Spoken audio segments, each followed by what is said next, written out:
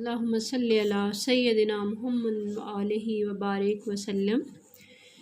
अज़ीज़ तालिबात अस्सलामु अलैकुम।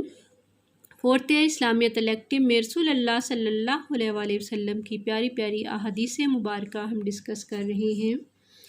सिर्फ़ हम आप सल्लल्लाहु अलैहि वसल्लम की एक एक हदीस को ही अपनी ज़िंदगी पे अप्लाई कर लें तो ये हमारी ज़िंदगी संवारने के लिए काफ़ी है। हदीस नंबर 48 भी हमने कैसी प्यारी हदीस पढ़ी थी कि 5 चीज़ों को 5 चीज़ों से पहले जानो। वो इस दुनिया के हवाले से आप सल्लल्लाहु अलैहि वसल्लम इंस्ट्रक्शन हमें दे रहे हैं कि कैसे जब हम मालदारी की हालत में हैं, हम सेहत की हालत में हैं, हम ज़िंदगी की हालत में हैं, हमारे पास फुर्सत है तो हम उसको गनीमत जान के अल्लाह की नेमतों की कैसे शुक्रगुजारी कर सकते हैं। हदीस नंबर 45 जो है ये हमारी क़यामत के दिन 5 सवालात के बारे में है। इब्न मसूद रज़ी अल्लाह अन्हु इस हदीस के रावी हैं। अन इब्न मसूद अन्ना नबी सल्लल्लाहु अलैहि वसल्लम कि आप सल्लल्लाहु अलैहि वसल्लम ने फरमाया ला तज़ुल कदमा इब्न आदम यौमल क़ियामा मिन इंदा रब्बिही हत्ता युसालु अन खमसिन कि रसूलुल्लाह सल्लल्लाहु अलैहि वसल्लम ने फरमाया क़यामत के दिन इब्न आदम के कदम अपने रब के पास से हट नहीं सकेंगे जब तक इससे 5 चीज़ों के बारे में सवाल ना कर लिया जाए। प्यारे बच्चों, ये अल्फाज आप सल्लल्लाहु अलैहि वसल्लम के जब भी पढ़ते हैं तो दिल जो है वो थम जाता है, ठहर सा जाता है। पूरी ज़िंदगी में हम सारा कुछ सोचते हैं, हम यही नहीं सोचते अल्लाह रब्बुल इज़्ज़त के सामने जब हम खड़े होंगे तो हमारी क्या कैफियत होगी। एक क्लास का छोटा सा टेस्ट हो, एक इम्तिहान गाह में बैठे हों तो कैसे कॉन्शियस हो के आप बैठते हो। हम रट्टे लगा के थक जाते हैं, फ़िक्र हमें होती है, पूरी पूरी रात हम उसके लिए तैयारी करते हैं। और ये ज़िंदगी जो इतना बड़ा इनाम अल्लाह ने दिया और उसमें बेशुमार नेमतें दी और इसके बारे में अल्लाह ने जो जवाबदेही का साथ तसव्वुर दिया है उसके बारे में हमने कभी गौर ही नहीं किया। तो देखें अल्लाह ताला कैसे हमें अपने कदमों पे हिलने भी नहीं देगा। फर्स्ट जो क्वेश्चन है का वो क्या पूछा जाएगा, अन उम्र ही फ़ीमा अफना हो, इंसान की उम्र के बारे में कि किन बातों में फ़ना की, किन बातों में इंसान दुनिया में अपनी उम्र, अब वो 50 साल का है, 60 साल का है, 70 साल का है, जो सारी ज़िंदगी उसने गुजारी वो किन बातों में लगाई। अल्लाह ने किस मकसद के लिए दुनिया में भेजा, अब उसने किस मकसद के लिए लगाई। फिर उसके बाद वह अन शबाब ही फ़ीमा अबलाह हो, दूसरा जवानी किन बातों में गंवाई अपनी, व अन माल ही, तीसरा माल के बारे में इक्तसबहू, कहाँ से उसको कमाया, व फ़ीमा अनफ़क़ू, अनफ़ाक यानी खर्च करना, और माल कहाँ से कमाया और किन बातों में खर्च किया। और 5वीं चीज़ वमाज़ा अमला फ़ीमा इल्मुन, 5वां ये कि जो इल्म सीखा था उस पर अमल कितना किया। तो हदीस मुबारका में रसूलुल्लाह सल्लल्लाहु अलैहि वसल्लम हमें बता रहे हैं कि कोई भी शख्स अल्लाह की अदालत से हट नहीं सकेगा जब तक इन 5 सवालात के आंसर ना दे दे। इन 5 चीज़ों और नेमतों का हिसाब हम में से हर शख्स ने लाजमन अल्लाह के हजूर फ़र्दन फ़र्दन देना है।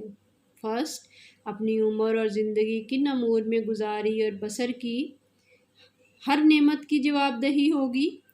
उस हवाले से कि नेमत जो है हम सिर्फ़ ये ना समझे कि फ़रागत और आराम तलबी का सारा सामान हमारे पास मौजूद है, जो चीज़ें आ रही हैं। अमूमन जिस शख्स के पास जितनी माल दौलत से तंदरुस्ती खूबसूरती ये चीज़ें हैं वो शख्स उसी कदर अल्लाह से दूर होता जाता है। अमूमन ज़िंदगी को खेल तमाशे ऐश उदरत शेखी बिखारने में सर्फ कर देता है। तो आप सल्लल्लाहु अलैहि वसल्लम कहते हैं जब अल्लाह के हजूर ये सारी नेमतें जो अल्लाह ने हमें दी थी उसके बारे में पूछा जाएगा, दुरुस्त जवाब नहीं आएगा तो सीधा जहन्नम में जाना पड़ेगा।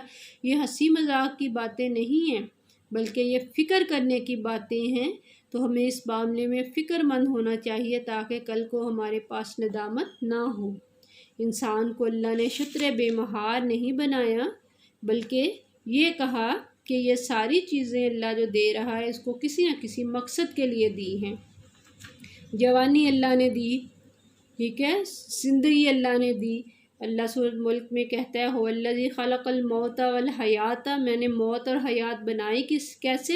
لیبلوکم ایکم احسن عملا، تاکہ دیکھوں تم میں سے کون شخص جو ہے وہ سب سے اچھا عمل کرتا ہے۔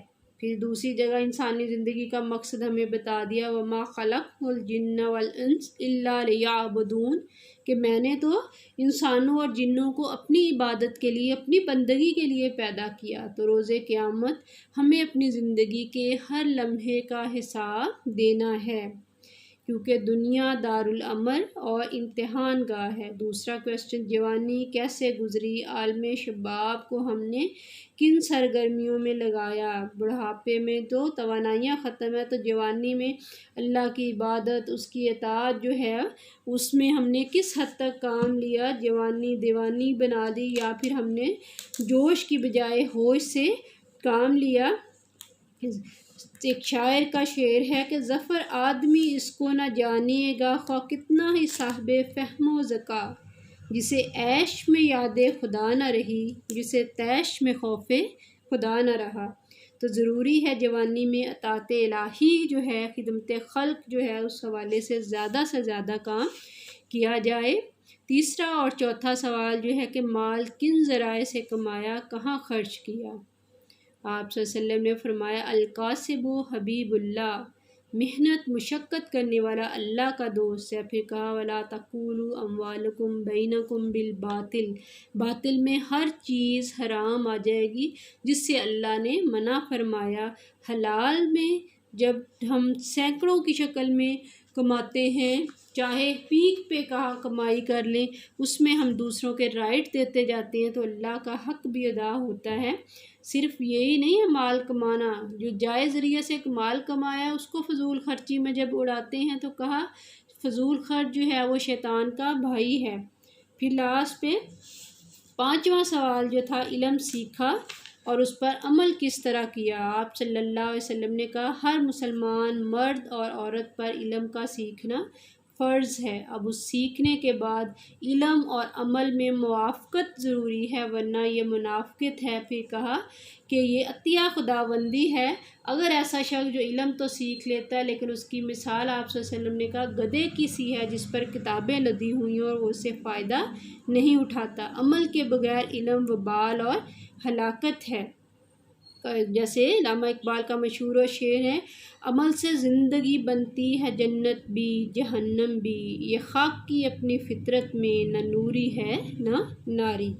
تو اللہ تعالیٰ ہمیں قیامت کے دن کے اس پرچے اور سوالات کو حل کرنے کی توفیق عطا فرمائے۔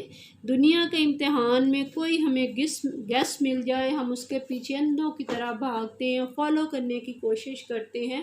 رسول اللہ صلی اللہ علیہ وسلم نے کیسے ہمیں آخرت کے امتحان کے اوپن گیس دے دیے ہیں کہ اگر ہم اس کو فالو کریں تو اللہ تعالیٰ ہمیں کیسے نجات دیں گے، اللہ تعالیٰ ہمیں کامیاب کریں گے۔ تو خدا تعالیٰ ہم نے سب کو اپنی زندگیوں کو بامقصد بنانے، رسول اللہ صلی اللہ علیہ وآلہ وسلم اللہ تعالیٰ کے بتائے ہوئے طریقے کے مطابق عمل کرنے کی توفیق عطا فرمائے، آمین۔